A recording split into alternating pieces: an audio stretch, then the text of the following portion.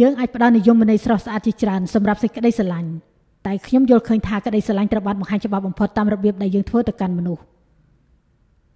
ព្រះគឺជាក្តីស្រឡាញ់ហើយព្រះអង្គពិតជាប្រព្រឹត្តល្អចំពោះយើងរាល់គ្នា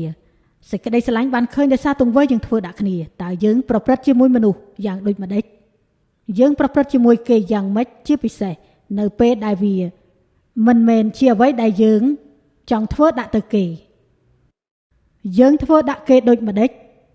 បើយើងមិនមានបំណងសោះនោះ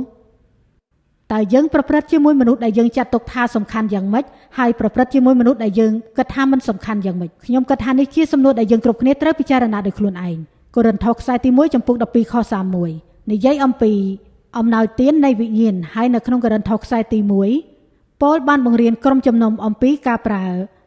អំណោយទាននៃព្រះវិញ្ញាណដ៏វិសេសប៉ុន្តែខ្ញុំនឹងបង្ហាញអ្នកទាំងអស់គ្នាពីវិធីពិសេសជាច្រើនទៀត